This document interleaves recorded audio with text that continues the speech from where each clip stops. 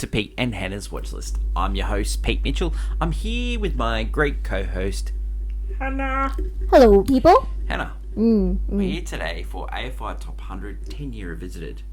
But before we begin, let us tell the viewers and the listeners what they should do. Could you pretty please leave a like and subscribe to our channel? Subscribe. Leave a comment down below your feedback on this show, any of our other shows. Thoughts, feelings are welcome. It's a safe space here. It is. Hit the notification button and you'll get great content like this one. Hannah, on today's show, it's movie number 48. Correct. Rear Window. Wow. Directed by Alfred Hitchcock. Big fan. Huge fan. Hannah, have you seen this movie before? Yes. I've seen it as well. Where do we watch it? We watched our copy on Blu-ray. Blu-ray copy. We've also, I think we've got this in our collection as well. Alfred Hitchcock collection. He's one of our favourite directors, isn't he? Yeah. Isn't he? We also like those movies. Yeah. They're good. Oh, the thriller trash. Yeah. I love the thriller trash. If you don't know what the thriller trash is, used to be appointment viewing on the channel. It's thrillers that are a little bit trashy, but are awesome. Yeah, they're very absurd movies that take... Oh, this is a perfect example of that. Yeah, take twists and turns. A lot of double crossing and all that jazz. Okay, Rear Window, the elevator pitch. This is probably one of the best elevator pitches we've done so far. Please, tell me. Noted photographer recovering from a broken leg uses his neighbours as entertainment until he suspects one of killing his wife. Dun, dun, dun. That's a great elevator pitch. Oh, yeah, Huge. no, I'm in. Huge. Maker Studio, Paramount Studios. This was released on August 4th, 1954. Let us have a look at the movies of 1954, and Paramount had the top grossing movie. Yes. Let's start with number 11. There is no business like show business. 20th Century Fox. It's a man. It's a No business like show business. Yeah, Isn't that Marilyn? Yeah. Magnificent Obsession by Universal. Rear Window, the movie that we're talking about today. One of my favourite musicals of all time. Seven Brides of Seven Brothers. MGM. Does not age well. One of my all-time favourite movies of all time. Second remake of this movie. It's the second and best version. First remake of this movie. Argue my favourite and best version of A Star Is Born. We had The High and Mighty, another Warner Brothers. The Country Girl, starring the great Grace Kelly. And Bing Crosby. Yes. Glenn Miller, who's Jimmy Stewart. That's Universal. 20 Leagues Under the Sea, which is Buena Vista, which became Disney. The Came Mutiny, which was Columbia Pictures, starred Henry Fonda. It did. And White Christmas starred Bing. Also starred Rosemary Clooney. It did. Denny Kaye. Yeah. And Vera Lynn. It did. So that was a favorite. That's a pretty good year in 1954, and also not mentioned in that is On the Waterfront, which won the Oscar for Best Picture in 1955. Hannah. Yeah. Let us talk about Rear Window. Yep. Okay, so August 4th, 1954, as I said, it goes for 111 minutes. Budget was $1 million. It was based on a book. It was called It Had to Be Murder. It was a short story. It was in the Dime Detective series by a writer called Cornell Woolrich. Now, Cornell Woolrich, he had a pretty successful career. Heaps of his books went into movies. Like, he was sort of like the 50s and 40s version of John Grisham. Oh, John Grisham or a Stephen King type. Yeah. He was rated one of the great crime novelists of his time. He had one of his books was called I Married a Dead Man, and that was turned into Mrs. Winterbourne. Oh my God, Carrie's favourite. Our sister's favourite, top probably favourite movie of all time. Mrs. Winterbourne, which was also a remake as well. The screenplay, which was written by John Michael Hayes, which is a long-time collaborator with Alfred Hitchcock, was based on his 1942 short story, It Had to Be Murder. However, in 1990, the question of who owned the film rights of Woolrich's original story went before the Supreme Court of the United States in Stewart versus Abend. Although the film was copyrighted in 1954 by Patron Inc., which was a production company set up by Hitchcock and Jimmy Stewart. A subsequent rights holder refused to acknowledge previous rights agreement. As a result, Stewart and Hitchcock's estate became involved in the Supreme Court case. It led to the litigant Sheldon Aben becoming a creditor as a producer of the 1998 remake starring Christopher Reeve and Daryl Hannah in Rear Window, same name. Yeah. The original story by Cornell Rich had no love story and no additional neighbours for L.B. Jeffries to spy on. These elements were created by Hitchcock and Hayes. Hayes was encouraged to spend time with Grace Kelly and use her and his own wife for the basis of the character. Yeah. The basis of the character, Lisa. John Michael Hayes wrote a lot of Hitchcock's films, including To Catch a Thief. He also wrote the movie about the sheriff that took over a town after coming back home from war, which was a rock movie called Walking Tall. Oh.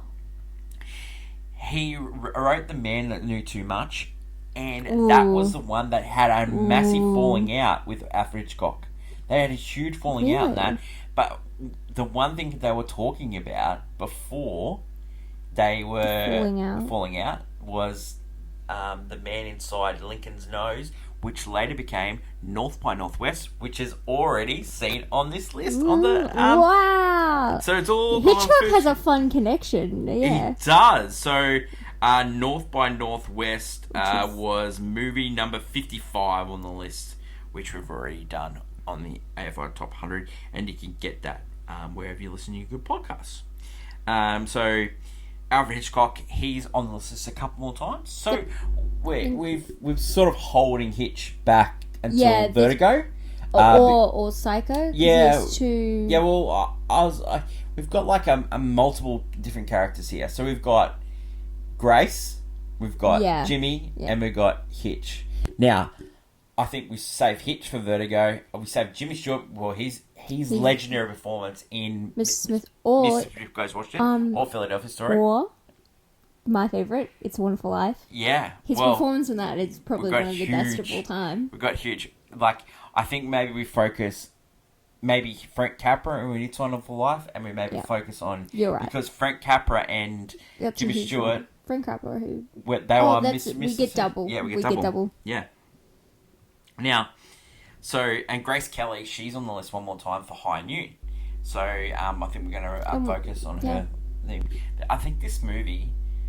I don't know, it's one of those movies that stands alone by itself, just for the story alone. I think the elevator pitch of this movie is just brilliant.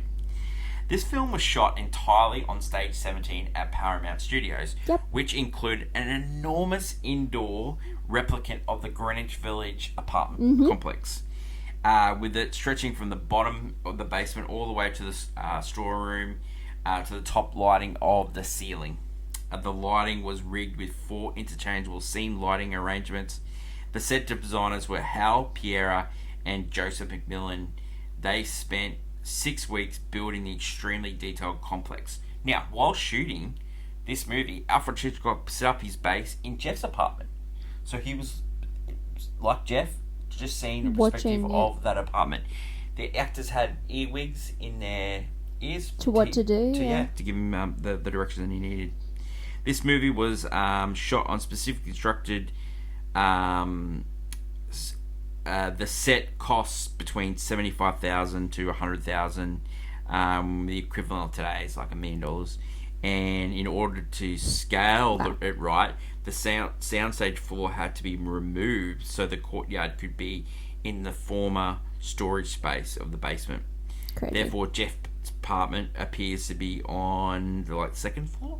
And there's live birds, there's cats. They're all allowed to wander through the courtyard to add realism. The whole thing became a marvel that visitors of the studio were eager to see. Sir Alfred Hitchcock's he loved working with James Stewart, especially because he got along with him more than his other long-term collaborator, Cary Grant. He called Cary Grant, which we mentioned this on North by Northwest. He was fussy and demanding, but Stewart was easygoing, workmanlike a performer. But his co-star in this movie, Wendell Corey, who appeared with Stewart in many movies, said that no, Stewart had a warping ego and he was able to intimidate Hitchcock. And I think the Hitchcock and Cary Grant thing was because they were sort of similar and because they were also British. Yeah. But Hitchcock...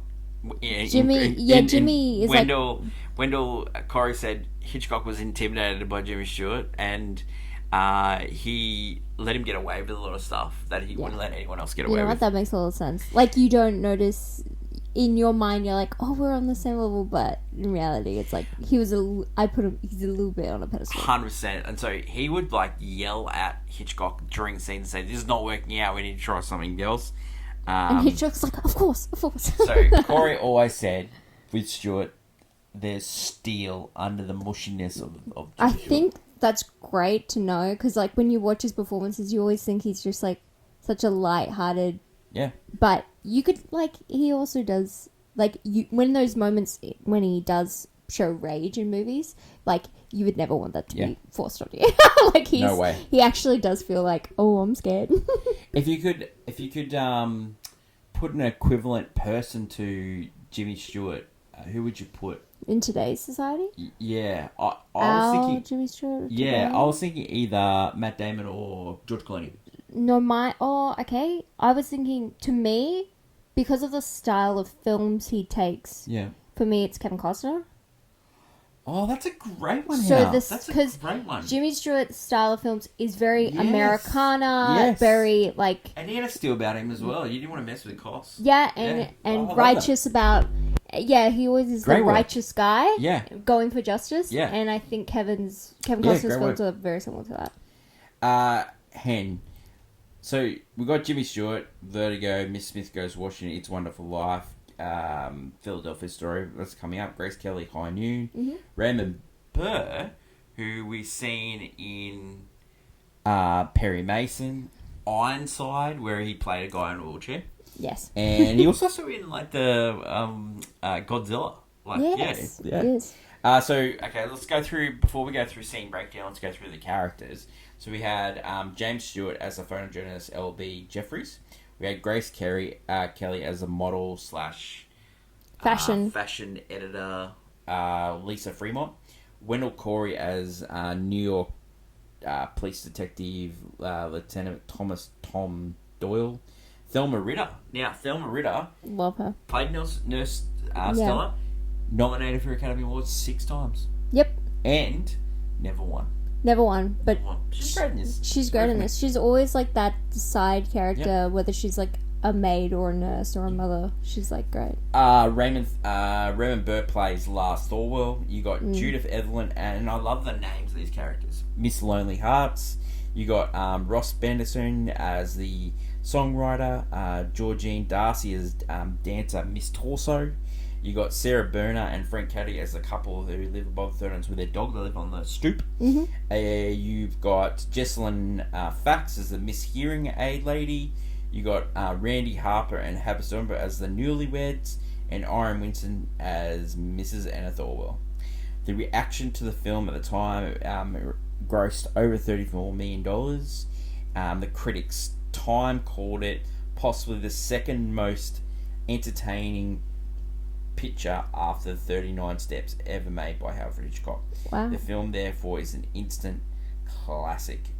When director is not in a minute of mastery controlling his material, he studies the lapses of taste. More important, the eerie sense of Hitchcock's audience are reacting to the manner so clearly foreseen as to seem practically foreordained.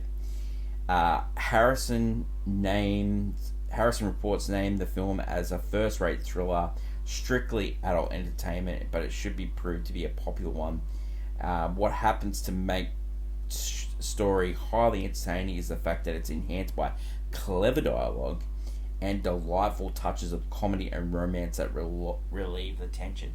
So true. That is very true. It's not just concentrating on the character like the novel, the short story was. Yes. It's concentrating on all the other things. Like sometimes you why is it panning off? It's like it's giving you a break because it's like it's really important in a thriller to just like build the tension, then ease off, build the tension, ease off, and each time you're building But it, also you're building up to trying to crescendo.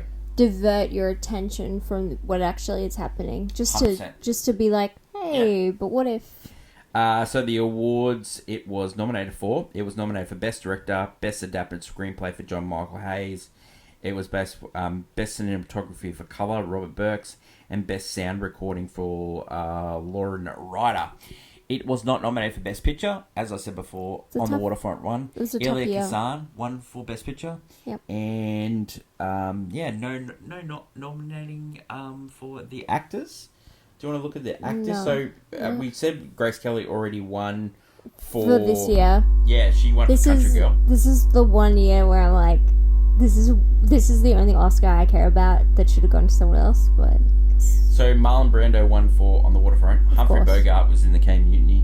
Bing Crosby for Country Girl. James Mason good. for A Star Is Born. And He's Dan amazing. O'Hurley for Adventures of Robinson Crusoe. Maybe James Stewart could have snuck in there. I think he's done better work. Yeah, I think he's great. I think it's fantastic, but I don't. I thought Grace Kelly, although she's nominated for Best Actress, I think she could have been nominated for Best Supporting, because Eva Marie Saint won for On the Waterfront, but, you know, Claire Trevor for The High and Mighty, Jane Sterling for The High and Mighty, Katie Durando for Broken Lance. Yeah, they're fine performances, but I thought Grace Kelly was fantastic in this movie. She's great in this movie. Okay, director. So Alfred Hitchcock ended up getting nominated, but Elia Kazan won for On the Waterfront. I tell you what, like the fact that Alfred Hitchcock never won an Academy Award, it's a bit of a shame. It's a crime. Yeah. Considering like we'll talk about his two other big movies, but this one and the other two are probably like his some of the greatest directing work, and they're all pretty high. Okay, so reaction to the film recently, Hen.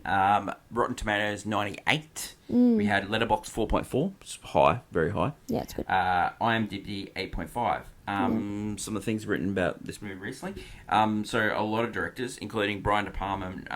You're a fan? Yeah, huge fan of Brian De Palma. Mission Impossible 1, Untouchables. Just to Kill, great movie. Body Double, which is partly based on Rear Window. He really loved Alfred Hitchcock.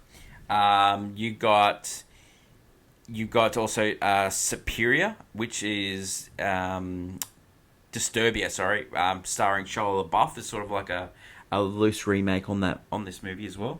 You had episodes of Pretty Little Lies, and you had the great episode of Bart of Darkness, where Bart breaks his leg jumping off the treehouse into the new pool. That's not a barn. That's a fine barn, but there ain't no pool. Go with. And then you got Lisa is basically Lisa becomes Lisa, and then it's great. Ned Flanders is sort of the killer. The killer murdered Maud. It's very funny. One of the best. Also, this movie ended up changing hands in the early 80s, and Universal took over the rights for this movie, and they sort of reworked it. Yeah, reworked it. Yes, so the reason why they had to rework is the film had negative damage as a result of color dye, which was fading in the early 60s. Nearly all the yellow dyes had faded, despite fears that the film would be irreparably damaged. Preservation experts were able to restore the film that nearly to its original colorization. If you look at the reprint on Blu-ray, there are a couple of scenes where it's slightly discolored, and that's from that discoloring. Happens. You will hear stories about movies like this. Do you know what is so great about film? What? It's an art form that uses something that actually degrades over time. Yeah, with a lot of these old It is like, I know it's deep, it's really deep, but it's just an amazing art form. Yeah. It is such an amazing art form. It was definitely taken for granted because we live in a world where there's movies that are forever lost to time. Yeah. Just because at the time, no one's gonna watch this again. Yeah, and exactly. It's thrown away. 100%. It's crazy. Wow. Every Thursday on our channel, we do a segment called Clickbait, which we give the hotties of hot takes. Last week, Hannah, you brought up a really good point about Christmas movies, and when you add a Christmas theme to a movie, it heightens it. It heightens the emotion, heightens the thriller, a la Die Hard, a la Home Alone, and it actually makes a film worthwhile. Great clickbait. Hannah, do you have a clickbait for today's film? Yes, I do. This film is a showcase of one of people's greatest sins, which is people watching. Oh, Hannah, my clickbait is exactly. Oh, of course. This is the precursor to what we have now Reality with TikTok. TV. Reality TV, social Instagram, all. This is it. We cannot help ourselves. Yeah. It's the voyeurism. This like just watching, and not only in this film where so you're stuck at home, so you're just watching other people live their lives, and living vicariously through them in some ways.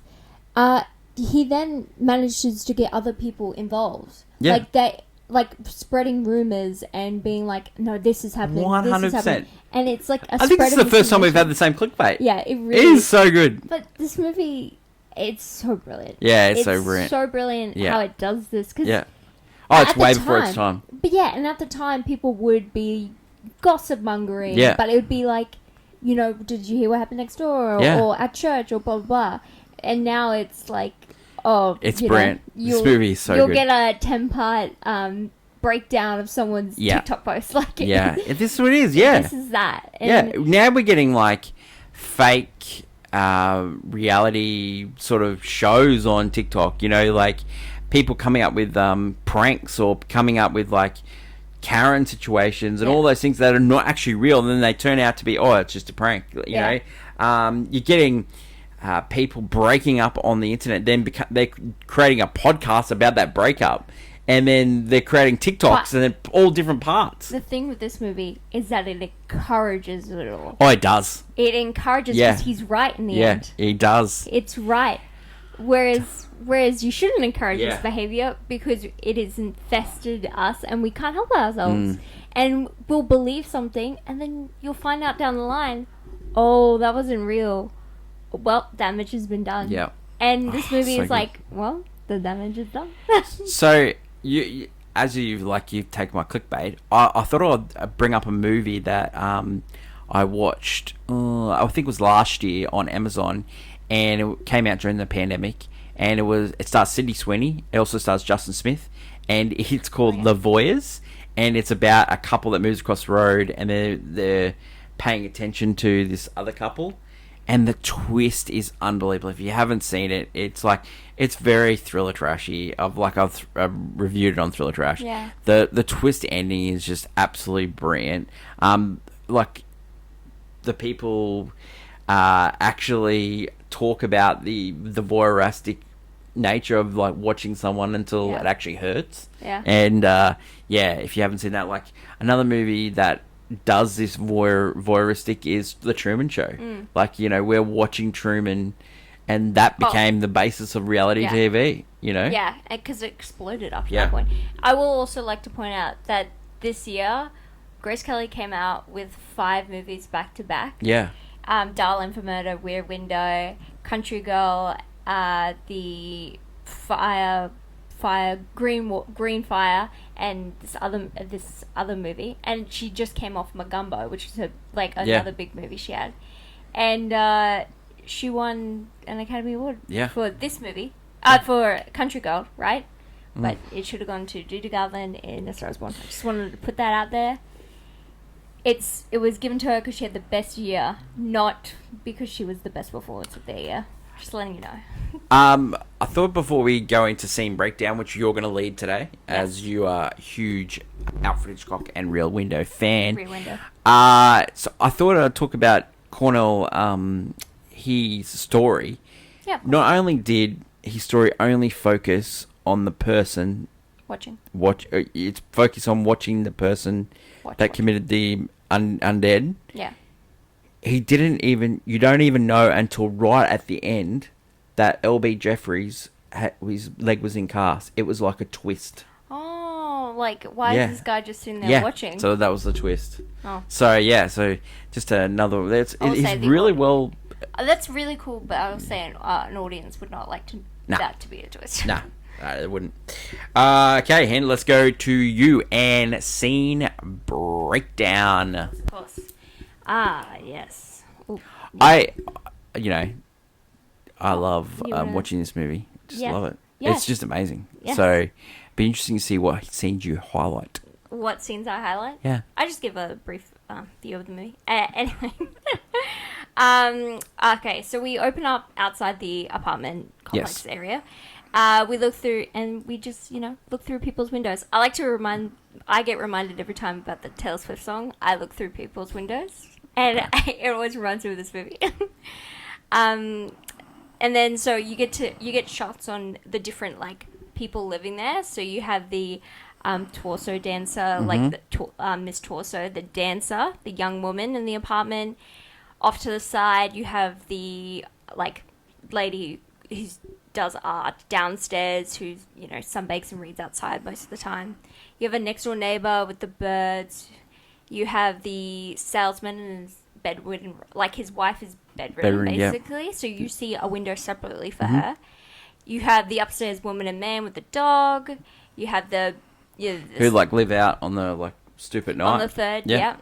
And you have the piano guy who's he's writing songs. The Miss Lonely Hearts, who's a seamstress on the first floor, and the newly married couple that come in about a little bit into a little bit later. Yep. You also get introduced to Jimmy Stewart via phone call. I'm just the camera pans to Jimmy Stewart sitting in his apartment with his leg in the cast. He's on call with like his like editor, and like this is like we learn that he's been stuck in this cast for a while and he's restless. He wants to get out, and he's someone that goes to places. He doesn't just stand still. So this is torturous to him. And you'll learn that through all the photos that are all on his wall. Like it shows you. So like in the background, but even he is just like he's so like talking about how where to go next, and even it comes through again with his dialogue. To Grace Kelly's character Lisa. So the photographer that L.B. Jeffries is based on, there was a photographer that had died at a German racecourse via German drive at I think it was Imola or Monza, which is a Italian racecourse, and it was during an F1 race, and he was taking photos of the F1 race, and he actually died while taking photos. Oh wow! So that's what it was based on. Yeah. Oh, crazy. He starts. You get to see him start looking out the window. People watch. Like this is his TV, his entertainment. And then you get to meet Stella, who's his insurance nurse. So she's just a so nurse. Like with the action, because he was actually working at the time. So they great. He gets a nurse to look after him. Yeah, so he's giving the massage a day. Yeah, he's chilling. She leaves, and then she also she gives him advice. No, you shouldn't be looking at these. Yeah. It's not right to do that, but she can't help herself either. She loves to gossip. Yeah. After a quick nap, because that's what you do when you're just go have a nap. You get the most amazing shot probably of this movie, which is Grace Kelly, Lisa, leaning in to give a little kiss to wake up Jeff. We sort of intimated to Lisa through Stella, like there's like a conversation that they had, and he said, I'm not gonna end up with Lisa. Yes, because he's talking about how Lisa is the perfect girl. Yeah. And she shouldn't be with a guy like him. Yeah. And he's kind of like, Lisa would never fit into my life, so I don't want her to be there. Yeah. But when Lisa shows up, he's kind of like, oh, Lisa, hello, because it's Grace Kelly. Yeah. Hello. They have they talk about they have dinner, and she's basically discussing with him. They talk about dinner, like she brings dinner over from a nice restaurant that they like. Yeah, famous restaurant. Yeah, she brings it over to him. Like a waiter comes and makes it, and she takes care of it, and and discussion goes into like basically she's kind of ready to be in this serious relationship with him. She's all in. And he is like, okay, can we... He like says all the negative things of his life. He's like, and then, but he also starts criticizing her as well. Like, you can't do it. You have to live out of one suitcase. Yeah. She's trying to change him a little bit. She's hurt by it. She was, and then she's like, when he was listing everything she can't be a part of, she's like hurt. She's like, but I just want to, I really love you. Like, I just want to make it work. 100%. And she's mad. She's like, I'm not coming back. I'm like, goodbye. Maybe I'll see you tomorrow. Like, she's like, she can't help herself. Am I going to see you again? He goes, maybe tomorrow. Not before tomorrow. Like, she's so cute. But as you said, that shot where he's asleep and he's like sort of like waking up and it's a dream. Like, it's a dream. It's a dream girl walks in. She's the dream girl. Like, she's absolutely stunning. So Jimmy Stewart talked about Grace Kelly a lot, and he said that everyone on the set, when you knew it was Grace's call time, they all were there. And they waited for her to come in. And she was nice to everyone. He said she was as advertised. She was beautiful, but she was also one of the nicest people you ever met. Just, like, she had it all. And, he had nothing but, in, like, the research doing for this, he had nothing but high praise for Grace Kelly. And everyone loved her, including Hitch. Oh, of course. Hitch did love her. He worked with her 3 times, I think, altogether. So, he's already, and she leaves for the night. And anyway, so he is going in and out of sleep. But he notices, the salesman and the wife were having a little bit of fight in their apartment. Yeah. And then their curtains are drawn. Yeah. Everyone else's is not. But it's not him noticing yet. It's just him glancing around. Yeah. And then later he hears a scream. Loud scream. Loud scream. Don't you do that? Anyway, loud scream. And then he goes to sleep, wakes up again. I think she says, don't you dare. Yeah, it's something like that. Don't you dare. And then goes to sleep, wakes up again, and he sees the salesman with a briefcase and a trench coat. Well, he gets woken up by the rain. Yeah. And it's raining really heavy. And that's the first thing he sees. He sees right across, seeing the salesman walk around. And, he walks out, and then he sees everyone else doing some things. He goes back to sleep. He wakes up. The salesman's doing the same thing again, where he walks out somewhere. Yep. And it's quite odd. Like, he's a salesman, and it's like 3 o'clock in the morning. Yeah. It's odd behavior. And the curtains drawn. Everyone else's is open. Mm-hmm. So it's just weird. It's just weird because it's really hot at the moment, very humid. So everyone has their windows and curtains open. Yeah, because it's. Just before that scene, we miss Hitch because Hitch does a little cameo in the songwriters thing. He's like winding the clock. So very cute. Every movie that he's in, he does a little cameo. Yeah, does a little cameo. I think the humid thing adds to the movie itself because it causes tension. Well, it's the first time you see Jimmy Stewart, like, he's sweating profusely. And you know what? You know what other movie did this? What other movie? Do the Right Thing. It did. It used heat Yeah. as way to, like, the temperature was boiling and it ran overload. Yeah, it's something I love. I don't know. It's just a detail. Yeah, it's really good because, like, the death in that movie broke the rain as well. Yeah. The death in this one, It's really good. The next day.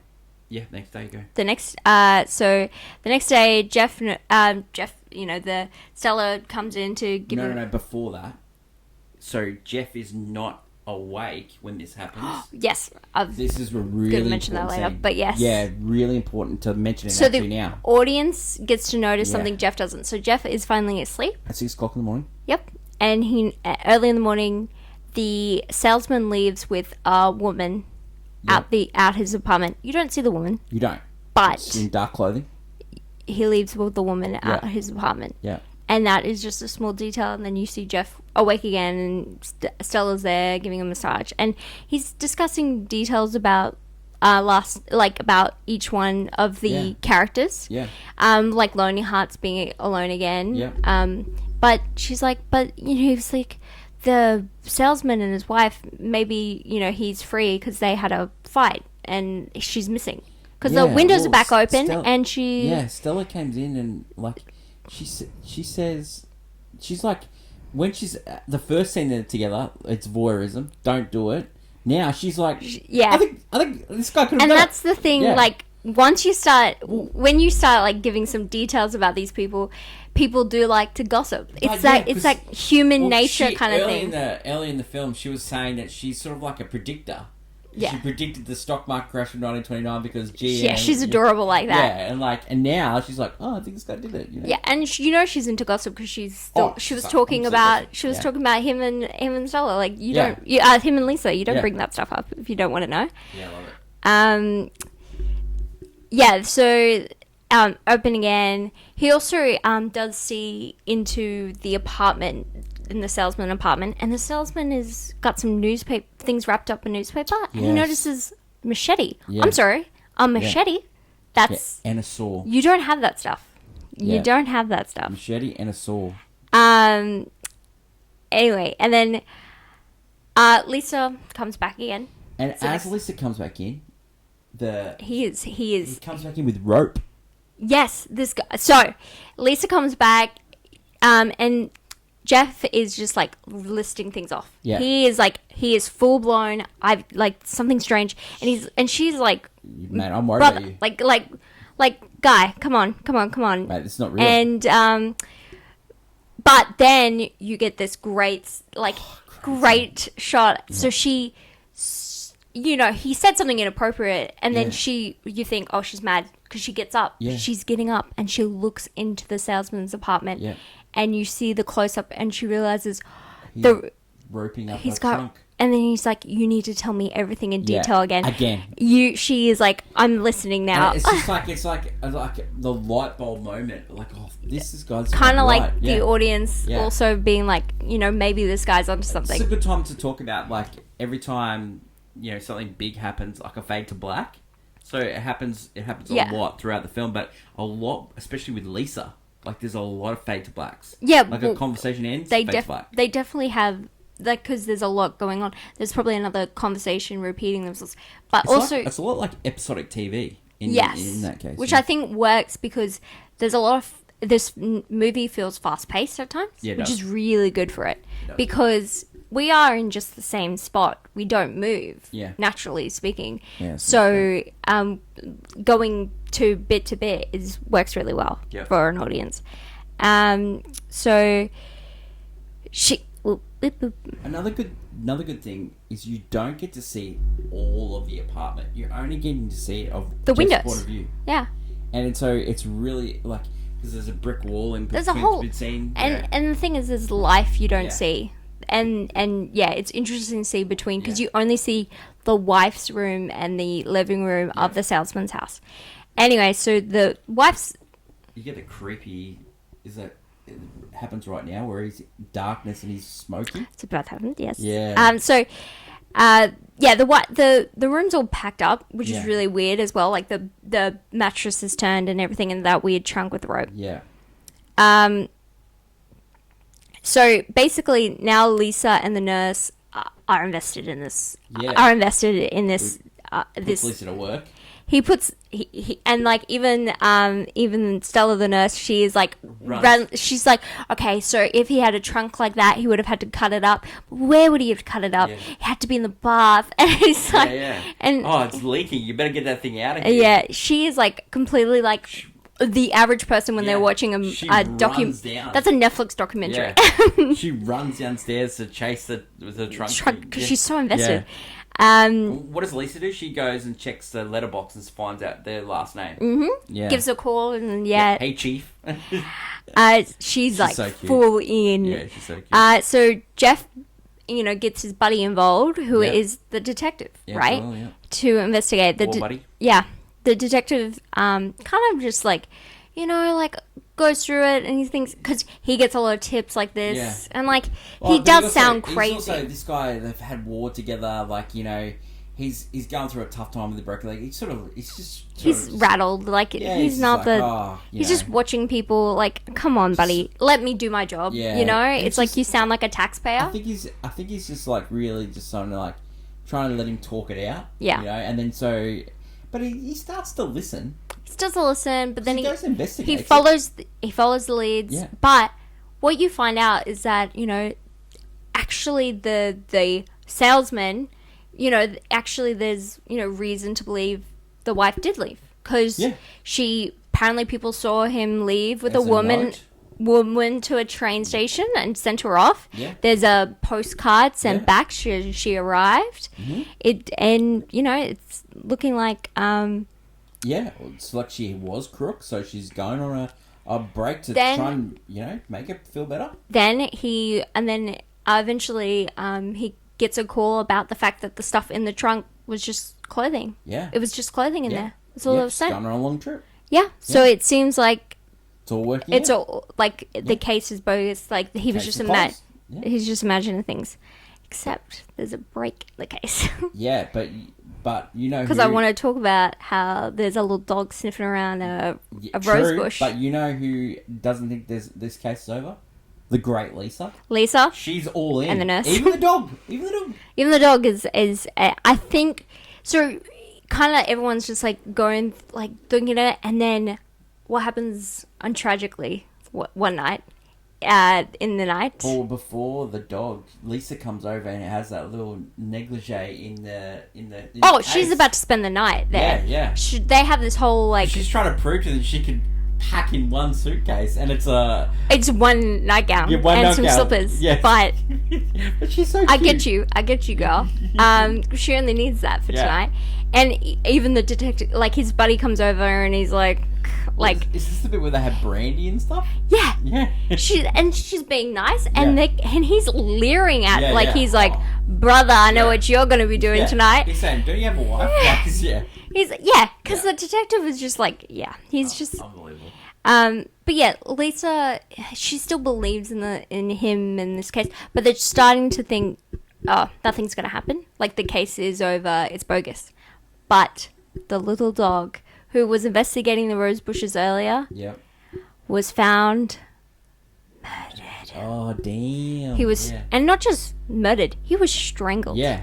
And this you do see Lars usher the dog away earlier in the thing. Yeah, because it's dogs digging out something. And so this is the most interesting part of of the most...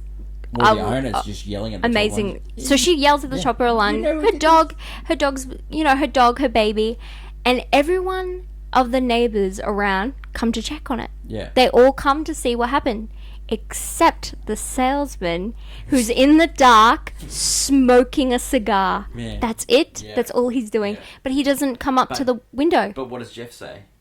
The only one that didn't come up to window. Yeah. And anyway, so then he also starts looking at Jeff also notices the flower bed, and he remembers taking photos of it earlier. Mm-hmm. So he looks at the difference between his photos and the flower bed, and notices flowers are in the wrong spot. Yeah. That's quite odd. Yeah. Maybe the dog was digging something up. And so the next day, they send Lisa to give a note to, like, kind of distract the salesman, Thornburg. Yeah, I know you did it. Yeah, I know what you did kind of letter. And this was used in I know what you did last summer. Yeah, that ends well. So they send him, like, he goes to a hotel, but no one's going to be there, so... They gave him a call. Yeah, gave him a call. To kind of say that, I know what you did. I know what you did. Did you get my note? Meet me here. Meet me at the hotel, yeah. Like... So it gives a chance for Stella to go downstairs to Lisa dig and Stella. up because they go the flower bed, and for Lisa to go up. The interesting part, a detail that is weird in the scene, is also that. So unfortunately, the lonely lonely seamstress on the bottom floor. Yeah, she got rejected. She gets rejected way too many times, and she's thinking of taking some sleep. She's taking sleeping pills. So early in the movie, she's had a fake date with somebody. 2 glasses of red wine drawn up, has a drink, and then she goes on a date and brings someone back, and then he kind of takes advantage. So she kicks him out, and then red pills come out, and then Stella goes, that's for sleeping, but it's a lot. But you know what's good about Lisa doing this? So early in the film, he says, I don't need someone perfect. I need someone to be there. Who's going to be there when it gets tough. Yeah. And he's going to back me up with all my ideas. This is why I really invested in their relationship in this movie. Yeah. Because he's so worried about her going over there. Oh, he kind of is like, okay, the nurse, like Stella, you can go over there. Not at the start. When they were just picking up flowers, yeah, it's fine. Yeah. But when she starts climbing up that apartment, yeah. Well, as soon as she goes up that, he's worried for her. Yeah, he's like, so Lisa goes upstairs. So she wants to find the jewelry because there was a huge discussion. Her woman intuition. There's a red clutch. It's snakeskin clutch. Yeah. It's alligator skin. Alligator skin. Yeah. And earlier in the film, like a wife wouldn't. Like a woman would, she goes women's intuitions. A woman would never leave without her jewelry and her favorite purse. You would never leave for that. 100%. And so it's odd that it's still there and that it has a bunch of jewelry in it. She's unfortunately does get caught because, you know, everyone gets distracted at times, even though there was supposed to be a lookout, Jeff. Anyway, so she does get caught by the salesman, but Jeff did call the cops in time. Yeah. So they do arrive. But she's going to get us. Yeah, but Lisa thinks quickly. She does, because she grabs what the most important thing is, the wedding rings. Yeah. Yeah. So she's all of them. She asked to get arrested. She's very clever. Yep, she didn't turn him in because she knows, like, one, they needed the evidence, and two, they needed to get him caught. And so she's like, she singles to Jeff really awesomely, like showing like her hand has the rings, but the salesman is like looks at her, looks to the window and totally sees someone's watching, and it's from that window. Well, he doesn't know it's that window, but he knows it's the apartment. And so then he rings. I don't know how many people he rings before he's like, I got you, babe. Anyway, he rings Jeff. Because Stella has gone to the police to bail Lisa out. Yeah. And the... So he's by himself. He's a little bit frightened. So he concocts an idea. With a broken leg. He concocts an idea to get his camera out, and the flashes out, which is really cool. Doyle's not there because Doyle's gone down to the precinct to bail Lisa out as well. The salesman does enter Jeff's apartment. Yeah. Very terrifying. He's just stalking. Yeah. He's like basically. Well, he's in the dark. He's in the dark, and he's like, what do you want? Do you want money? He's trying to figure out because he's like $100. He's thinking like, this guy is going to get me caught. Yeah. Like, this is my only loose end, because he's been covering his tracks well enough 100%. that Doyle was willing to just. Doyle was willing to just put that under the rug. He was like, I don't care. Like it seems clear, you know, cut and clear. But this is this is the thread. And Jeff's alone, so he stalks close to him, but Jeff uses his camera to blind him. And it's this great thing where the camera flashes and turns red, and he goes blind for a bit, but then stalks. Similar technique they use for lightsabers. Yeah, it's pretty cool. It's pretty cool. But Jeff is backing up, and eventually he hits the window. Yeah. So he starts... The rear window? But before he does, like, the cops come back pretty quickly, and they see it happening, and they're like, whoa! And so they run back over to try and get him to safety and also get the guy. Yeah. And he still manages to fall out of the window, unfortunately. Yeah. The rear window, some would say. He falls out, and he lands on his lip. They break his fall a little bit. Soften his fall a bit. They catch him a little bit on his arms. But then, like, Doyle is saying, did you get him? Yeah. Yeah, Lisa goes up to him and is like checking on him. Yeah, and we just get the detective. Yeah, out the window. Yeah, and he's already confessed. Yeah, and then they're gonna tour. Stella asks like, and what was in the flower bed? Because of what the dog did, he moved it. Yeah. So it was in there. We're gonna have a tour of the East River. Yeah. Love it. Great. Also, great when a criminal was just like, okay, you caught me. Yeah. But then you get the next scene. Next scene is everyone, like your next scene, you see the different apartments. You see, like, you finally get to see kind of the truth in each apartment. Yes, that is a great point. And you know why you see the truth? Jeff isn't looking at the apartments anymore because he's asleep, having a good old nap. So you're seeing the apartment without him. Yeah. And you see Miss Lonely Hearts, because she was on the brink of maybe calling it quits. And and music saved her. Yeah. And the music from the songwriter. Yeah. And she goes up to him, and you see them have a little chat. Yeah. You see the dancer is actually with a Shawking, who's a military man. Yeah. And he didn't really care about her. He cares about food when he gets there. Also, the newlyweds that he is unemployed. Yeah. I wouldn't have got married to you if you were employed. They kind of suck. They thought it was fun. So he's there with 2 broken legs. Lisa's sort of looking out. So he's with 2 broken legs now, because you break the other, and then I didn't notice. Did she have an engagement ring on? No, not in this one. She's just happily sitting beside him. Yeah. She was looking at, a book about, going into the Himalayas. Yeah. But then she teaches to Harper's Bazaar. Yeah. That's what you do. Because she's like, she definitely is willing to be a part of his life and mold herself to him, but also she won't change herself. And then you get the rising music, as you always do in Hitchcock. These movies. Yeah. Just brilliant. This movie is perfect. Hannah, reasons to see Rear Window. It's perfect. Oh, it is so good. It is. It does not feel like the movie runs about an hour and 50 minutes. No, 111. 111. Yeah. It runs for 111 minutes. It does not feel like that. It feels less than that. It feels like an hour tops or something. Yeah. It goes by so quickly.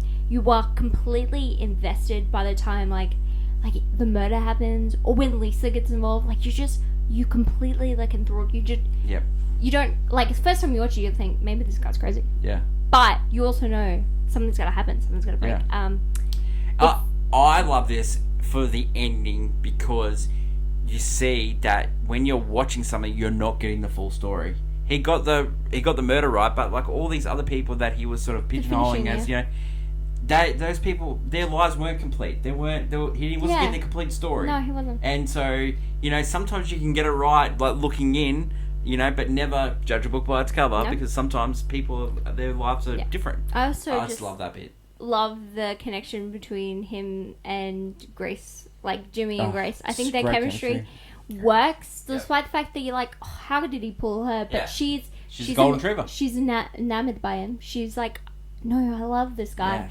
There's something he has, and she's so she'd put herself on the line just to show him, I'm here for you, babe. And I love it. Reasons not to see this. I don't have a single one. I don't have a single one. How can I pick it? The only thread that I could pick out would be the absurd. Just how quickly it wraps up the end. But that's simple Hitchcock. If you've seen a Hitchcock movie, he wraps them up pretty quickly. And North by Northwest, it's a quick wrap up. We convert so quickly. It happens a lot in his movies. Yeah. That's not such a bad thing when you consider this as the height of a thriller track. The best, you kind of want to just the best thing about the movie is Grace Kelly. The build up. But also the best thing about these movies are the build up. Yeah. And that build up. But that build up is those two. If you would have just had him by himself, it just doesn't work. Boring. And that's what. So most of the remakes of this movie, offshoots, are usually that they don't have that human connection of a Grace Kelly type. Yeah. 100%. And that's what they falter. That's why they fail. Would you? Should this be on the list? 1,000%. Should it be higher? Yes. Yeah. Would you buy on Blu-ray? Yeah. We've got it twice. Would you watch this again? Man, this is watch every year. I love this movie. At least once a year. It's my favorite Hitchcock. Yeah. Of his. Hannah. Yeah. All important time. Yep. Is it a watch or a miss? It's a watch. Yeah. And rating for this one. This is my personal. No, this is the easiest rating you can give. Just do it. All-time classic. It's an all-time classic. Yes. It is. It's so perfect, this movie. And I know people... Considering the other thrill that's on this list... then the more to come. Oh, yeah. And Jaws. And any of his work. Oh, Jaws, yeah. Jaws we also gave... also classic. You know why?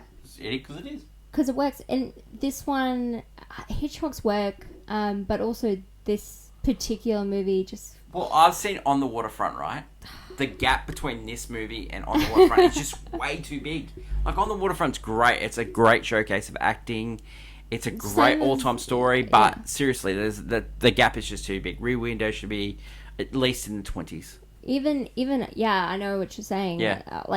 The movies from 1954, big movies. Yeah. Even The Country Girl is a big dramatic film with Bing Crosby being dramatic. Full and Grace Kelly. Oscar. Yeah, it's Bing Crosby trying to get an Oscar. Yeah, I know. Yeah. Which, it was that kind of movie where Bing Crosby's never given me the ick, but in that movie he did. Yeah. I don't know why. It was like that movie was like, I can't stand him. But it was because he was playing a deadbeat kind of father. Well, but Hannah and husband. But yeah. That is it. Yeah, Rear Window. Rear Window. Perfect. You haven't watched it, you should definitely watch it. You can also rent it on Apple TV and Prime Video as well. It's a perfect movie. That is it for today's show. Next week, A Streetcar Named Desire, starring Vivian Lee and Marlon Brando. Also, Carl Malden. Come on. Carl Malden. Great times. Hannah. Yes. Thank you. Great seeing them right down. Appreciate you. Appreciate everyone for watching. Don't forget to like, follow, and subscribe. Let us know if you liked the episode in the comments below. We have some really exciting news coming to the channel. We will not tell you today. We will eke it out over the next couple of days and we will do a big reveal video, but it is huge news for the channel. Pop-on. Can't wait to tell you. That is my lovely co-host Hannah. Long live cinema, especially the cinema of Alfred Hitchcock. Until we meet again, it's bye for now. Bye.